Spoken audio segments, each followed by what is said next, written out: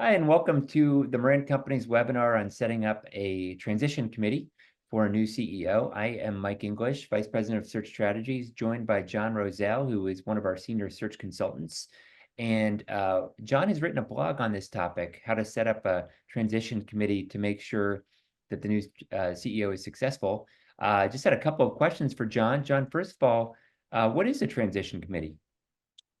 Mike, a transition committee is a small committee that's chartered by the board of directors, charged with really helping to ensure the successful transition of the new CEO into the organization. As you well know, the search committee spends a lot of time and energy to be able to make the hire, to go through the process of interviewing and actually hiring the new CEO.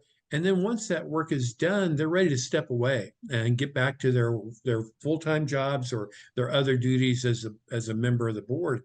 But another really important aspect of that transition is other members of the board that can help monitor a smooth integration of the new CEO into the culture, into the organization. Can you give your thoughts on who should be on that committee and maybe how big it should be and maybe even, when they should meet and what do they talk about? Great questions. I think the committee is best when it's maybe 3 to 5 members. I think it should be members of the board that actually are on this subcommittee called the Transition Committee. Key members would be maybe an incoming board chair, someone who will be working with the new CEO at some point in time in the future. I think another key member might be that sage, wise member of the board who has been around a while, has lots of valuable relationships and institutional knowledge of the organization, really knows the organization well. I think someone like that would be a really valuable member. And then I think another member or two might be other key actively engaged members of the board or up and coming board members who have some sort of key leadership role to play at some point in time in the future. So I think those are who would constitute the transition committee. And then how long should they be in existence? So it's set up intended to kind of ease in the new CEO, make sure they're successful.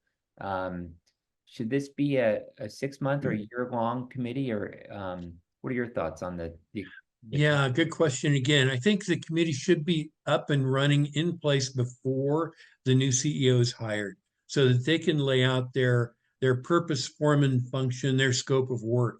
That needs to occur before the person is actually hired.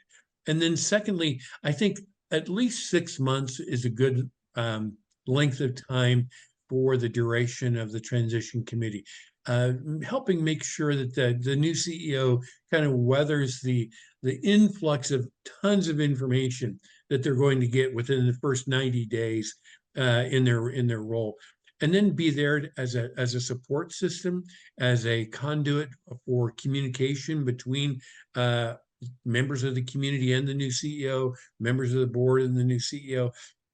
And then I think really their function can continue for at least 6 months, maybe even longer.